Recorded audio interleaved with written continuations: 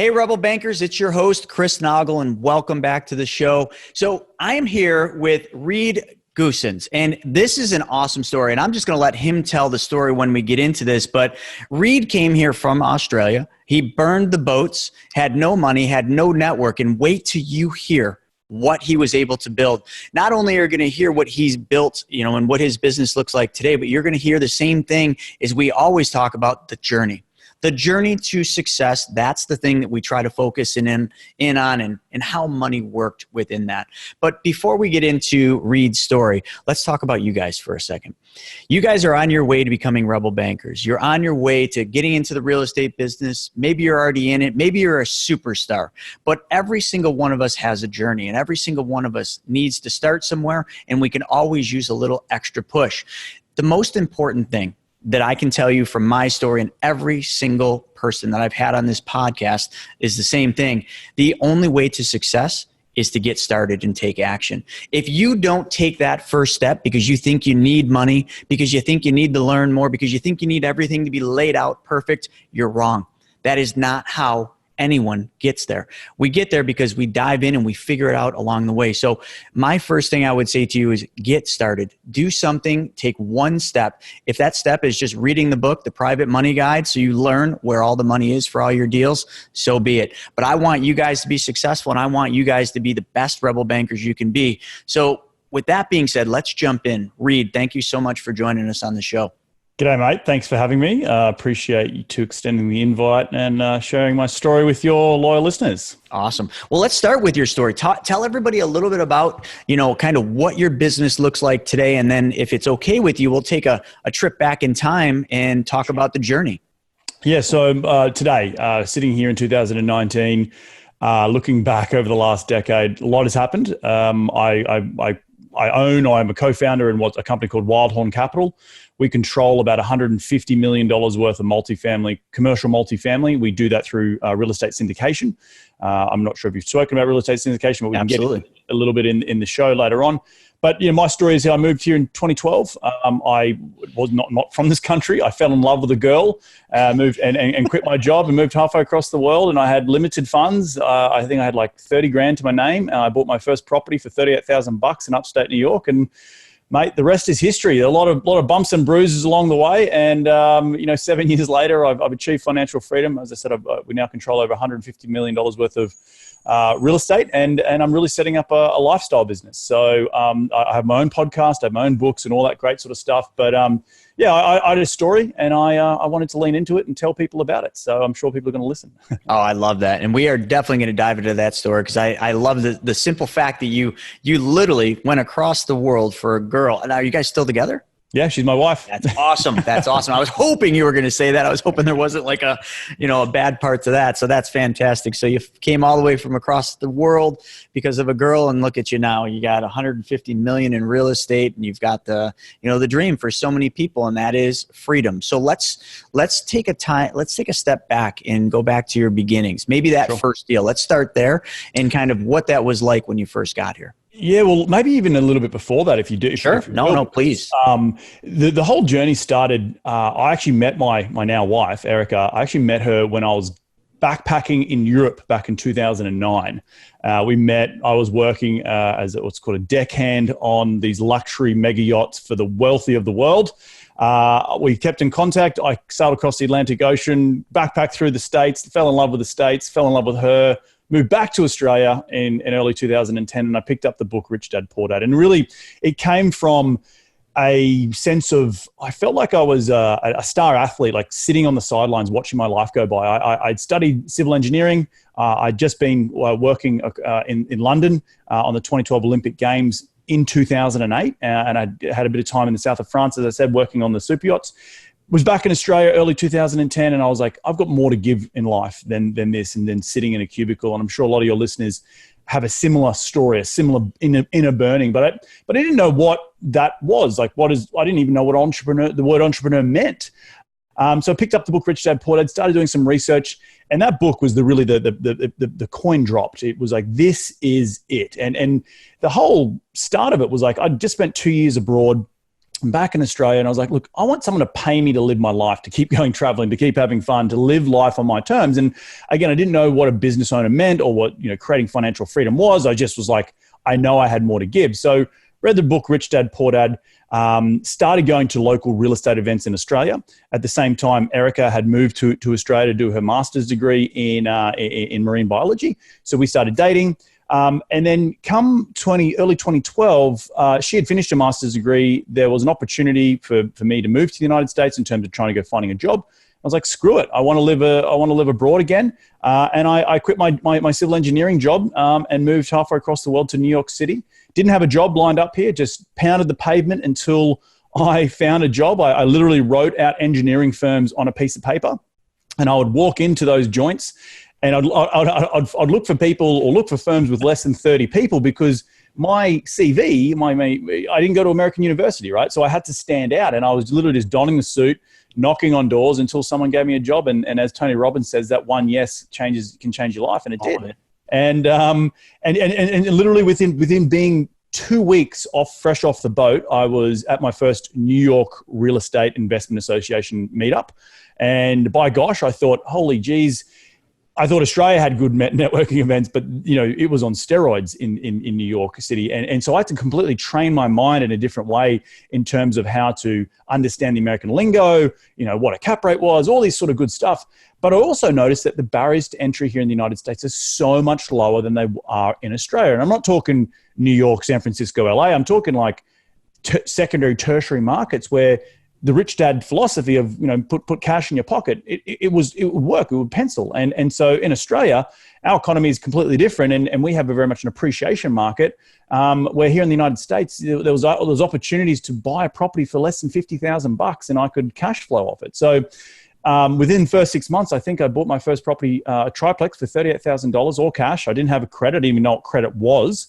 And that deal, it was a lot, sort of 2009, picked up the book, and it was late 2012 when I got that first deal done and moved halfway across the world in the interim, plus try to find a job and settle in a new country with this new girlfriend who's now my wife. Like, it was a lot of stuff going on. So as I said, it takes that one yes to change my life. I had a visa issues as well. So throw all that in the mix, and I'm still here today, still kicking, still going, and loved every single bit of my life. And I guess one thing I should also add is that my whole DNA, and the way that I'm sure you can hear in my voice, is that I am a guy who I fear regret, and I don't want to ever wake up when I'm 60 or 70 years of age and goes, geez, I wish I'd given that a go. And if I have a go at something, the worst thing that was going to happen if I moved to the United States and I didn't get a job was I was going to move back to Australia and get back into civil engineering. It wasn't a big issue. And so the whole, the underlying story for your listeners is that if I can do it, so can you. And you've got to be able to give life a crack and get out there and get amongst it, because it will just pass you by otherwise.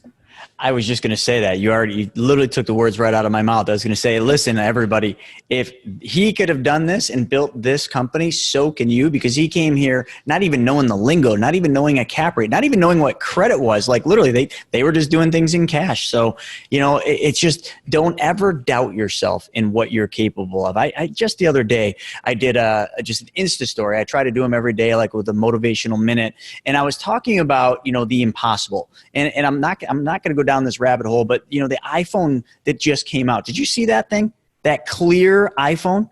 No, I didn't. It's clear. The whole phone, you can see through it. And I saw this, and I'm looking at it online, and I'm like, that's not real. There's no way that's fake. And sure enough, it's real. So if they can create a phone that is completely see-through, and if that's possible, then there is nothing impossible. And I started thinking about that. I mean, just like you came over here with $30,000, not even knowing the business, not knowing what you're going to do. You were following your heart and love, and look at where it landed you, because you were persistent, you were consistent, and you just kept hustling. Everybody has that same opportunity. That's literally the opportunity that every one of us here in America, or probably most parts of the world, have today. Right. If you can dream it and you can believe it, you can achieve it. And you just need that one breakthrough moment. That's all you need. Yeah, not in necessarily one breakthrough moment. It's more consistent action all the freaking time, right? And looking back on it, it's one step in front of another. Like, there was not one moment where, all of a sudden it just skyrocketed. It was just more consistent action every single day. That actually, the first deal that I bought, ended up being a Section 8 housing. I had it was great on paper. But I learned very quickly what Section 8 housing meant. I had a drive-by shooting at my property. Like I'm very humble in terms of my. It didn't start out great. I had a flip that went bad. I've had some bruises and some skins on my knees, and you're gonna have them. But you don't get to deal number 10 without doing deal number 1, and you got to keep going and keep being consistent. So yeah, that's fantastic. And so we kind of that's awesome part of the story, but let's kind of get into it. So you got that first deal. Like, what happened next? At what point did you learn about credit? How did you scale from that? Was 2012, right? Yep. So in the retrospect, that's not that long. So from 2012 till now, you went from a $38,000 3-unit, it had drive-bys, up into 150 million under your control and management. Yep. How did that happen? Like, you got to dive into that. Yeah, I'm even like blown away. So to scale up a little bit, I tell just quickly about the credit. I figured out, obviously really quickly that real estate is a relationships game, and so in terms of big banks wouldn't lend to me. So I went and created a relationship with a local bank in upstate New York called First Niagara Bank. I don't think they're around anymore. Can I stop you real quick? Yeah. Where were you living in New York? Because where I'm at, right? Oh, no, but you just said upstate New York, First Niagara Bank. How did you, they're like a local Buffalo bank. How did you land there? Well, so New York City is like Australia. It's high barriers to entry. There's, limited cash flow. The supply is limited, but demand is high. So you can take New York City and apply it across Australia. That's the type of real estate market we're in. Plus, we have 1/10 of your population compared to America. So just put that to one side. Mm-hmm. So I was looking for markets where I could afford to spend $30,000, $40,000 and was in a driving distance, and that was Syracuse, New York. It was Syracuse and Philadelphia was another one I was in. I could get there within 4 hours if the emergency happened, and that's how it got started. So yeah. That's so awesome. Because I don't know if you know, but like we're based out of Buffalo, New York, a short 3-hour drive down the 90. So I relate with all that. And when you said First Niagara Bank, that was the first bank that I started doing real estate deals with. And it's the only bank that would fund me when I almost went bankrupt in 2008. But I digress. Let's keep going with that. But you bring up a good point. And that's like, it's the local relationships with those bank and those bank managers. And I was able to buy this first property, show for the first six or 8 months that there was cash coming in. I was, depositing rental checks. And from that, I was able to get a line of credit, the $30,000 line of credit. I was able to buy house number 2 for $45,000. And both of them were going okay. Both going okay. Sort of one was an ATM. The other one had the drive-by shooting. And what I really learned quickly was that you needed scale. And what I was applying, I was going in, doing $5,000 to $10,000 renovations on individual units and trying to get a $100 bump, right? And that was the thesis of what I was trying to do, increase cash flow. But what I didn't realize was that the fact that I was still in the residential market, so it wasn't really equating to, okay, well, I'm increasing 3 units at $100 each a month. That's $300. Like, I'm not having a direct impact on the quote unquote value of the asset because it was still just valued on price per square foot of what other triplexes and duplexes were valued at in that market. Cut a long story short, was living in New York City. Middle of 2013, a buddy of mine comes down from Canada. I take him out to dinner. I had these 2 properties. I was circling around a flip property that I was going to do in Philadelphia, still working as a structural engineer. And I was like, man, I think I had 5, maybe six quote unquote units at the time, crushing it, or maybe making $800 a month in cash flow, which was, I soon realized would also be sucked up with when any time a tenant moved out. But then he said, man, that's awesome. And out of nowhere, he said, I just closed on a 70 unit. And I said, 7, you mean 70? And he's like, yeah, 70. And I was like, how the hell did you do that? Like, oh, well, actually negotiated at a neighbor of mine was a mentor to him. They found a deal. They did a seller carryback finance. He got 3 other buddies involved, and they were able to raise, I think, $400,000 on $1 million property with a seller carryback finance note, and that's how he got involved. And I was like, wow. And he sort of went on a little bit about other people's money, and I was like, that's exactly it. I was coming to the end of my tether with my own little portfolio, and I needed to up the game a bit. And the big thing I took away from that was a mentor, and I had to go out and level up, essentially. And I found a mentor, and through that mentor, I was able to build my brand and my credibility and focus on the capital raising side. And I was able to partner with him on a few deals and use his credibility. And then over time, I was able to branch out on my own and do my own deals. And that's the 150 million that we speak about. That is my management deals. Like I've done a lot more with other people, co-syndicating, co-sponsoring before I've got my own portfolio today. So that was sort of the journey. And it was really realizing that I'd got to the end of my limit and I needed to, no one wanted to lend to me anymore. And I had 4 or 5 properties and I was like, oh, geez, I haven't got a financial freedom yet, and so I needed something more. And that was where the power of OPM, other people's money, having a chat to my buddy from Canada. And just really, that was the second time in my life the penny dropped. I was like, aha, I know what I need to do now. And I needed to level up. So that's what I did. That's awesome. So you just got that one idea, the 70 unit, and you're just like, how? And that planted that seed in your mind. And once you realized that was possible, you're like, I can do this. And you were very fortunate. Like the mentors are huge. And I wouldn't be where I'm at today without mentors. And you know what? I keep like you, I think you said leveling up. I keep leveling up. You just keep finding people that are doing what you want to be doing. And you find a way to serve them. You find a way to solve their problems, or you just pay them. I mean, it's quite simple. I mean, that's the name of the game. So with all of that, now, what are your next steps? Like, what are your thoughts that so you've got 150 million. Are you still trying to build on that? Like, what's next? Yeah. So the big thing for me now is in and around, like, so I've achieved the financial freedom part. I have my time back. It's middle of the day here in I live in Los Angeles. My portfolio is in Texas. My business partner's in Austin, Texas. I have an executive assistant in Florida. I have 2, analysts who work for me who live in New York City. So I'm very much, if I'm on the internet, I can work, right? The next big thing for me is we're going to continue to grow this business. We want to have a portfolio that we're proud of. But I'm 33. By the time I'm 40, I probably want to have cycled a few deals. And we've seen the guys who are in the private equity world with the old gray hair. They've made their money and now they back young guys like us, right? Mm-hmm. And so by the time I'm 40, 45, I probably will be in that position, backing some 33-year-old who's got a hustle on him and the path that most people travel. And then they migrate from learning how to do the business to capital raising to owning and operating properties to cycling out of deals to making money to then lending on other people's deals in the future because you've built that track record. And so that's the life cycle, I should say, of an investor, and that's probably where I'm headed. But I'm also building up my brand. I've got my second book out, and just building the podcast and just enjoying being a thought leader a little bit in and around the space of really investors who want to invest here in the United States. So yeah. Let's talk a little bit about your book for a second. I've never really talked about books on this podcast, but like, what motivated you to write a book? Yep. So I think you got to take it. If I take the skin right back or peel the layers off like an onion, I'm a civil engineer, right? I have a black and white brain. I'm very mathematical. When I got a mentor and I started looking about, well, hang on, I need to brand myself. I understand this whole branding thing. And really when I opened my mouth, I had this weird Australian accent. And I also had gone through a bit of difficulties with understanding credit, what's an LLC, how do you get banks to lend to you?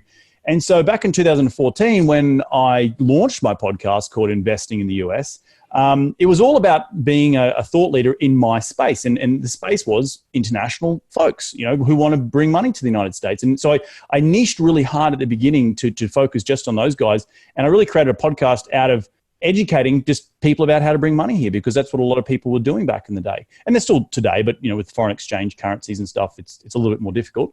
And from that, I was able to niche and then pivot. And I pivoted into, I had my tribe, my followers, and now I've got, I'm just talking about investing in the US. I talk not just only real estate, but business, startups, and everything in between. And through that, I was able to take, the 150 episodes and boil it down into a sort of a step-by-step guide into a book. And that was really taking audio like we're doing right now and transcribing it, adding my story to it and creating a book around it. So that's really cool. Yeah. Cause I mean, there's so many people that are writing books and I've never once sat back and thought about what motivate. I know why I did mine, but like what motivates people to sit down, spend the time. Cause it's a very selfless, yes, arduous task that literally you don't do. So many people think, oh, you wrote a book, to make money. If that's why you're writing a book, you're going to be sorely mistaken and very upset at yourself because there's no money in writing a book. It's just zero. branding. It's really telling your story on paper and allowing your story and your message to be spread around, the world, hopefully, just like Rich Dad, Poor Dad. I mean, I can't even begin to count how many times I've heard that book mentioned on, this podcast or on different podcasts I've been on. It's like the most iconic book for people when they're searching for an answer. That book is where they land. And I think that's just amazing. If a book has that much power, how much power will these podcasts have when podcasts are really like the thing? It's pretty interesting. And you also have a podcast. You said you have 150 episodes, because that's quite a bit. Yeah, well, actually, I just posted the one before I jumped on here at nearly 180. So we're going for nearly 4 years. So 2014. So yeah, just again, it was in and around understanding that I was standing on a mountain of value through the experiences that I had come moving to this state. I had a cool story to tell that I burnt the bridges and moved halfway across the world. So surely my mum and my dad would be interested at a minimum, right? And that's why I started the podcast. Listeners. And from that, I created, I've got my own technique about interviewing, and now it's really turned into how people create, very similar to this show, how people create something from nothing, and how they've gone on to be successful in and around. Obviously, real estate is the focus, but after getting to nearly 180 episodes, there's only so much real estate you can talk about, right? So that's true. I now, evolving into building business culture, and how do you market yourself correctly, and how do you make sure that you're recession-proofing your business through being a thought leader, and teaching other people in and around about the powers of raising capital, not just for real estate, but for any business. And so, really having an awesome time, learning about all this. I say that, I said before, I'm black and white brain. I didn't know anything about marketing, and I just had to go. I had a crack. I said, screw it. What's the worst that can happen?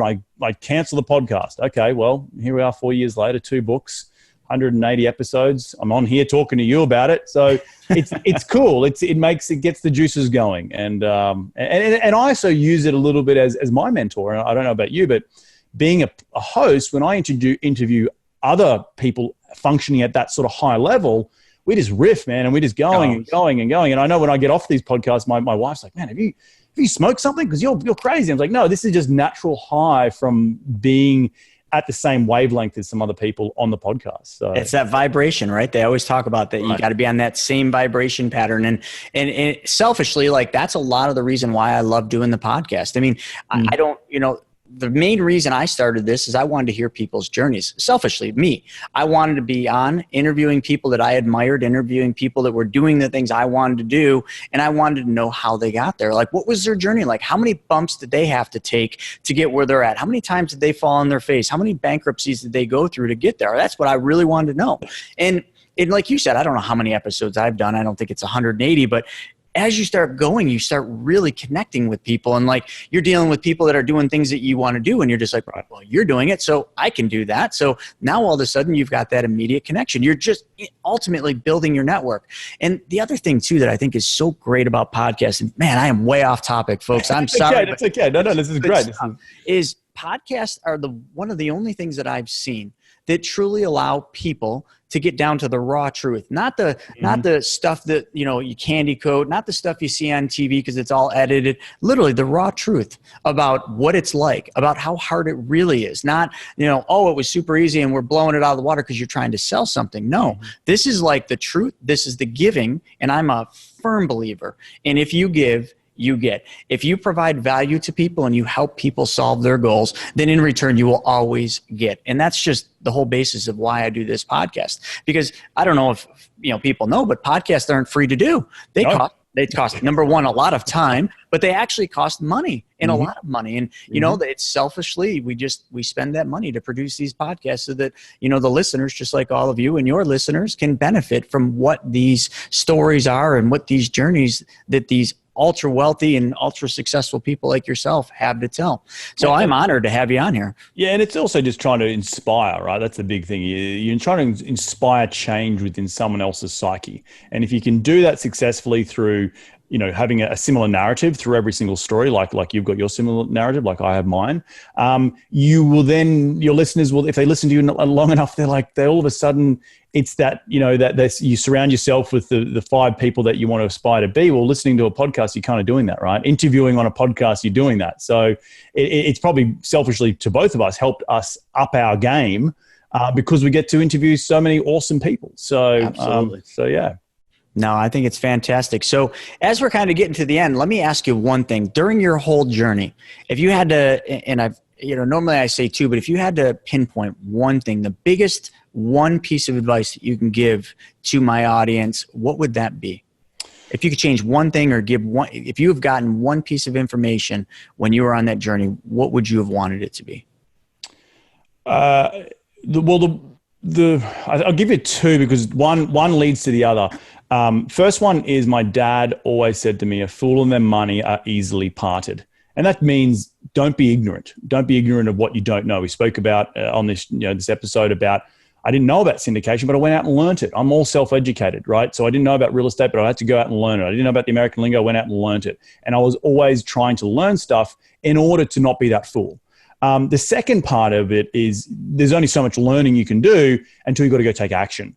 And if you can't back yourself, then who can you back? And that's a really important. Learning to back yourself is a super important skill that I've developed just, I think, by naturally, quitting my job and moving halfway across the world. I backed myself to move here. I backed myself because I didn't want to have regret when I was older. Starting the podcast, I backed myself. It was all giving myself a go and a chance to be successful. At the end of the day, I was also okay with the failure if the failure was to come. And that, in the beginning, it was, okay, I moved back to Australia. Oh, okay, we canceled the podcast. Oh, okay, that deal didn't go right. Okay, it's just being a realist in terms of what can happen, but also being open enough that that door might open and, geez, you're going to go through it. It's going to change your life forever. And looking back, again, back to Tony Robbins, he says, you overestimate what you can achieve in a year, but you underestimate what you can achieve in a decade. And I tell you, sitting here today, Chris, I did not think that I'd be managing what I am managing today. And I moved here 7 years ago. That's fantastic. Had no idea. And 2009, I picked up the book, Rich Dad, Poor Dad. We're in 2019, 10 years later, look what can happen. And I'm an example of it. And so I guess my message to people is, get off the bloody fence, have a go. You're going to fail, that's fine, but you're going to then open up yourself to such a world of opportunities that just come at you. And I'm also a believer that, I digress a little bit, but I'm not a 10-year horizon type of guy anymore. I'm like, I'm going to do as much as I can in the next 2 years to open as many doors as I can and walk through those and be present with my life in order to, when I am 45, to look back and think, geez, that was awesome. Those doors that I opened, I don't need to be, by 45, I need to be here and this, blah, blah, blah. It's just like, it will happen. I know it's going to happen. If I just look back the last 10 years, it's happened. So don't stress about it. And you just keep doing what you're doing and keep having fun and enjoy where you are right now. And that's what probably the biggest piece of advice and what I've learned from creating all of this from nothing. I love that. And folks, I'm just going to add one more thing to that. So he's talking about walking through the door, taking action and doing that, but also just realize in your journey, you're probably going to have some failures and they are necessary to succeed. Every time in your life, you've heard this before. I'm going to sit here and I'm going to tell you it is the God's honest truth. And I'm sure Reed would also admit when one door closes, 2 more open. The only decision you have to make, because you can't go back through the door that closed, is taking action and going through that door. Last year, and this is just 1 year ago, I had all my hopes, my entire world pitched around our HGTV show. That was our big booster, right? Our rocket ship. And we made it. We aired 6 times. And then we got that dreaded call, which I remember getting, and I'll never forget. I'm in my truck driving. I get the call thinking, oh my God, they're gonna green light us for our series. We got it, because we had such great ratings. But the call went more like this. Hey, Chris, they decided not to take and go forward with the series. Discovery bought HGTV, and they're going through some internal changes, and it was just bad timing. Sorry about your luck, bud. My whole life was structured around that show. So that door in my face slammed. Now, I have a couple decisions. Hit the accelerator and drive into a tree. That's one, right? Because that's kind of what I felt like doing. Or realized that when that one closed, there was a reason it closed. And all I can tell you is where I'm at today is the direct representation of that door closing and the doors that opened right after that. So don't ever think that when something happens that's negative, when you fail, when something bad happens in your life, that is not part of your plan. Just walk through the door. Sorry I went long on that, but that's all right. It's such an important thing because so many people stop when they fail. They think, oh, guess that wasn't for me. Or somebody says, oh, I told you not to do that. Stop listening to people. Listen to your heart, follow your heart, and take action. Read. If anyone that's watching this wants to learn more about you, read your book, watch your podcast, how do they find you? Head over to reedgoossens.com. That's REEDGOOSSENS.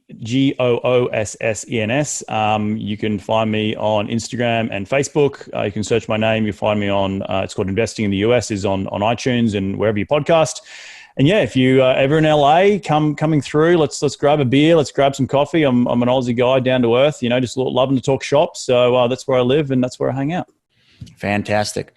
All right, everybody. If you guys didn't get a lot out of that, then there's something wrong because that was awesome. A lot of golden nuggets there. So I appreciate everybody taking the time out of your day to listen to this podcast. And remember, just like we started before, it's your time. It's time for you to take action and get started to becoming a rebel banker. And all it starts with is that first step. That first step is all that matters right now. And then that will guide your way. So get started today and realize that it's never about your actual resources. It's about how resourceful you can be.